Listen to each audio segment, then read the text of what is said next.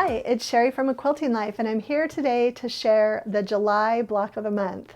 We are officially into our second half of blocks, and I'm super excited. I actually, when I was sewing our July block, looked ahead to the August one, and I can't wait to make that one either.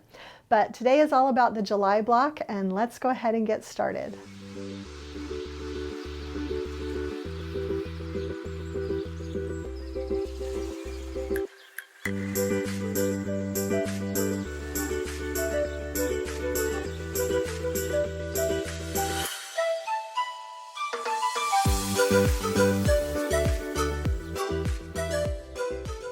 Okay, it's July and this month's block is all about flying geese. I hope you love this month's block as much as I do. There are just so many different things you can do with this. You could repeat one print in each pair and only use 4 different fabrics for your center, or you can use 8 different fabrics like I did, or anything in between. There are so many things that you can do.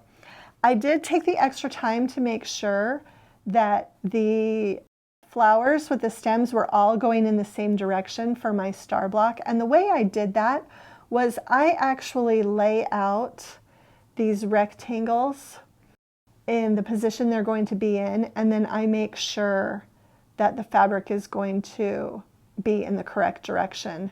And once I place the left side of each flying geese unit, then it's easy to do the remaining 4 because you just know that they have to go the same as that one. And then there is only one way each of them will fit in your block. So it takes a little extra time, but it's well worth doing for the continuity of the block. And then these, I noticed, are also going the same direction, but I honestly didn't plan that. Those just kind of was happenstance. Okay, pressing on the back.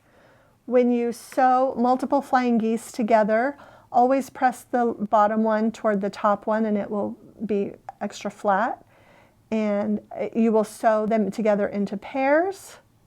And then you will sew 2 pairs together, 2 pairs together, and then make your block center. Okay, the 8-inch block is a little more tricky. The pieces are a little smaller. There's a little more bulk because of all of the the smallness of the pieces, but I'm really happy with how it turned out. Looking at it, I probably would not have, if I were doing it again, I would maybe have done a different color right here. It's kind of a lot of red down in that corner, but these are 2 different prints, so I am not going to remake that. I did press these 2 seams open to try to eliminate some of the bulk on that one. Okay, and again, super excited about how this month's block turned out. If you're new to flying geese, and I just want to share that I did use the Block Lock Flying Geese trim tool for the 8-inch finish block. You will need the 1-inch by 2-inch finished for these tiny ones. And if you do use this ruler, what that means is that you will be cutting your pieces a little bit bigger and trimming them down. And we do have a video tutorial on this ruler that you can watch.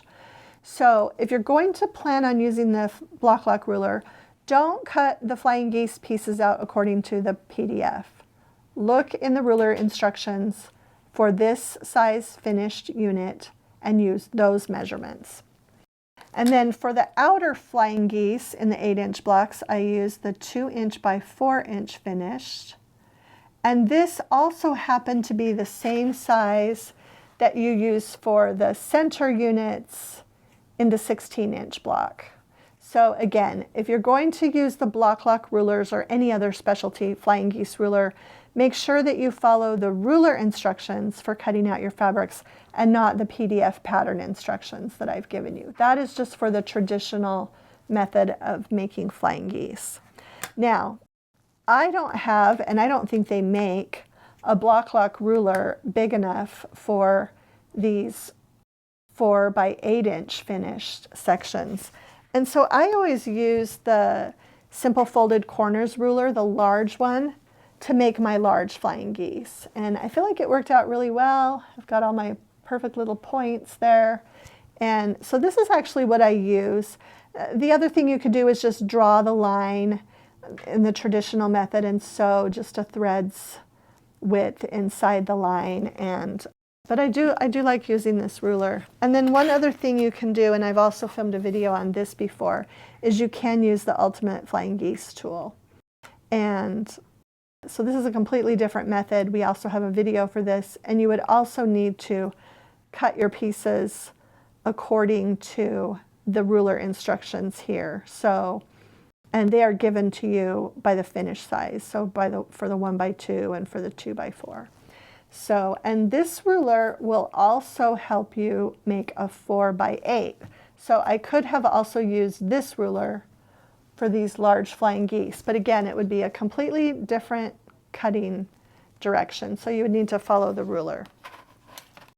I think that's it for this month's block. Remember, you can refer, we have several videos on making flying geese, and you can refer to those videos if you need extra help. But other than that, just have fun picking your favorite fabric combinations. Okay, so that's it for all of the tips and tricks for the July block of the month. I hope you're enjoying making this quilt as much as I am. It's always fun to see your blocks on social media. Keep sharing them. I love to see them. And if you love today's video, please share it with a friend. Hit the subscribe button if you haven't already, and also like the video. Thanks so much for stopping by.